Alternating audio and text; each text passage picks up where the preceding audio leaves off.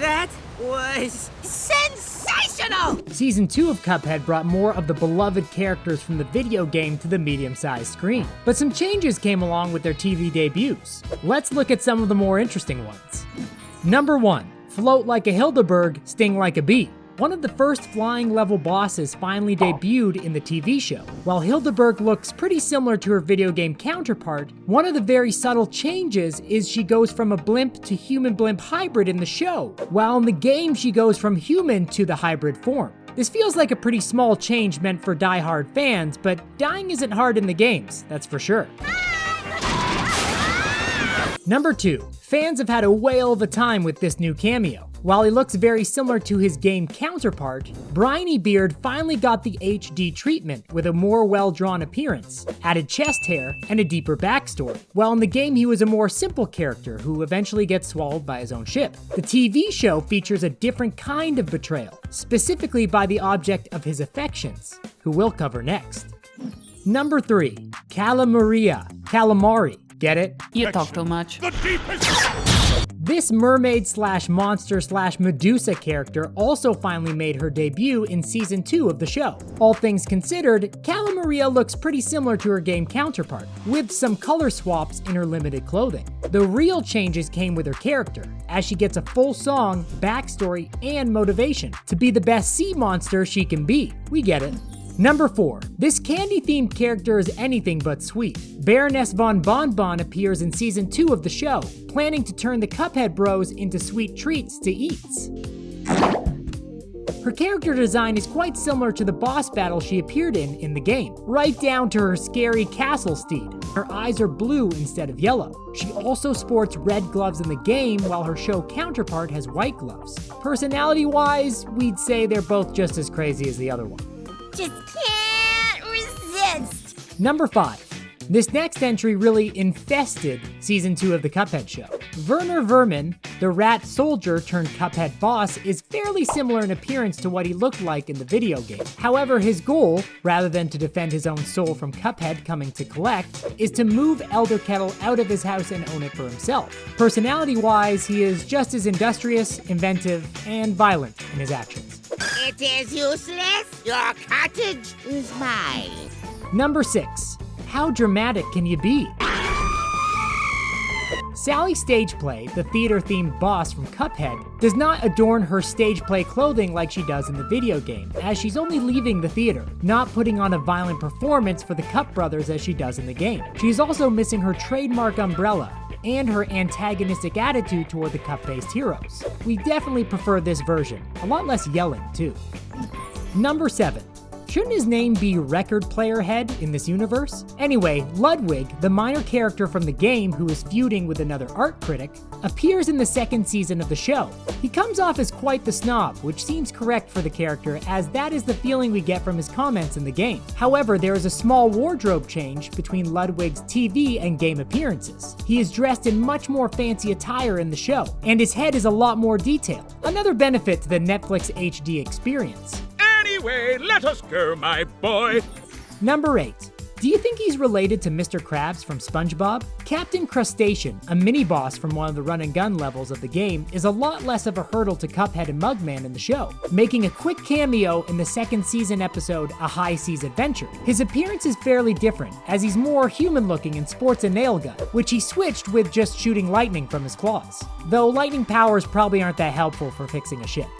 Number 9. Okay, this guy has got to be related to Mr. Krabs. Crabby Clawster has been promoted from a moving platform in a Cuphead run-and-gun level to Mugman's hostage in the TV show. Well, he was threatening the Cups before that, but still pretty violent on Mugman's part. Number 10. This version is a lot sweeter than the one we met in the game. Sergeant Gumbo Gumball appeared in the games as a part of Baroness Von Bon Bon's boss fight. The show's version doesn't have the same color scheme or scampering legs from his version in the video game, but still spews gumballs. Luckily, in this case, he's trying to feed some kids rather than take their souls. Number 11.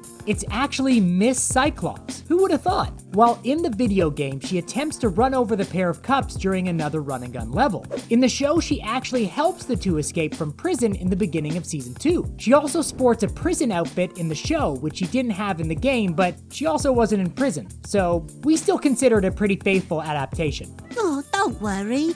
Someone else will wash your blankie. Number 12. A major pain-in-the-butt boss turned into a slight inconvenience for the show. Blind Specter, a major boss from the game, only makes a minor appearance in the first season of the show. He appears as one of the ghosts haunting the boys in a quick cameo. However, his looks and goals are pretty similar, so yeah, pretty much unchanged.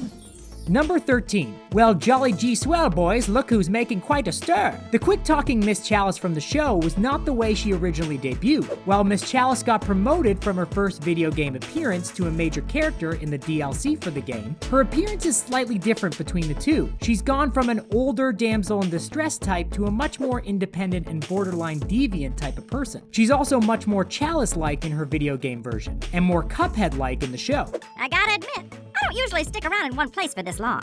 Number 14. You can bet King Dice stayed pretty true to his video game counterpart. For the most part, King Dice went unchanged from game to show, though he did get a new voice actor with Wayne Brady voicing him in the Netflix series. One small change is the color of the buttons on his shirt, which go from purple in the game to black in the show. We may never know why this important change to his character ever occurred.